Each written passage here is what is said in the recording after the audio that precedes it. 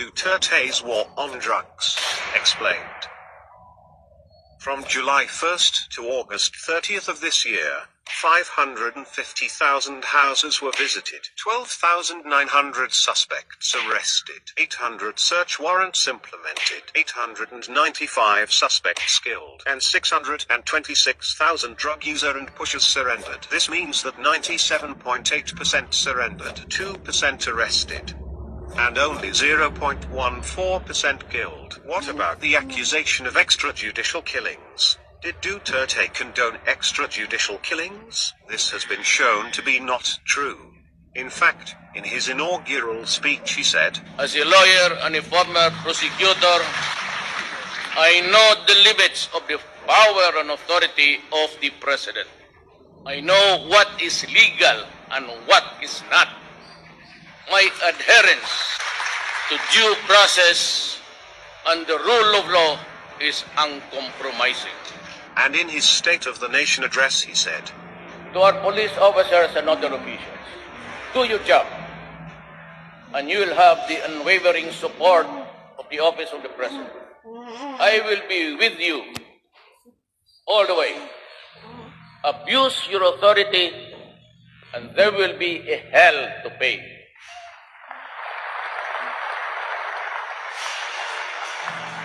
For you will have become worse than criminality itself.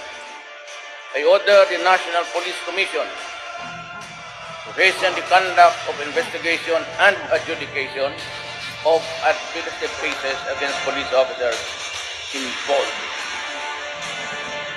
in criminal activity and illegal activity, and prescribe policies on lifestyle checks for PNP members. what about his shoot to kill orders? This is what he actually said. I repeat again for all everybody's consumption. Do not kill if you are not in danger of losing your life. But in effecting an arrest, when there is a violent resistance, because in effecting an arrest, you have to overcome the guy to bring him to the folds of the law. If you cannot bring him to the police station, if you cannot place him under the control of the law, because that is your job to arrest, which means to overcome the resistance. But if the resistance is violent, thereby placing your life in jeopardy, shoot and shoot him dead. Can I be more clearer than that? But who is behind the vigilante killings? For the extrajudicial killing, they say, it's not the work of the police to be wrapping people with plastics and put them in the bag. That is not the job of the police. I just told him that one bullet will do. Why do you have to wrap it? Waste your time. So, who are actually behind these killings? First, there are drug groups killing other members of competing drug groups. This is also happening in other countries. Second, drug lords hire assassins to kill users and pushers who have surrendered to the police. This is to silence them and prevent them from exposing the drug lords. There are also other deaths unrelated to the war on drugs, which are blamed on Duterte. The opposition, who controls most of the local media, blame these deaths to Duterte to make him appear as a mass murderer. Pero yung pinatay na hindi natin na binalot ng mga sako, na plastic, the police, I assure you, would not waste their time on that.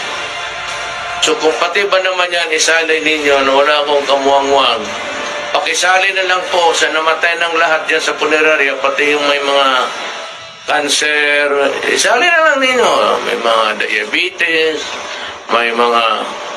Kasi yung lahat na nakita ninyong patay, binibilang ninyo sa akin. Baka yung gusto ninyo, yung taga-Davao dito, magbilang ako sa punerarya, lahat ng patay. Bakit lang yan ang binabalot ng mga sako? Because the accusation itself is very stupid. It assumes right away na yung may patay dyan, gobyerno ang pumatay. Police officers found involved in drugs are relieved, investigated, and prosecuted. In fact, Duterte publicly named officials involved in drugs. There are generals, police officials, congressmen, mayors, judges, and a senator.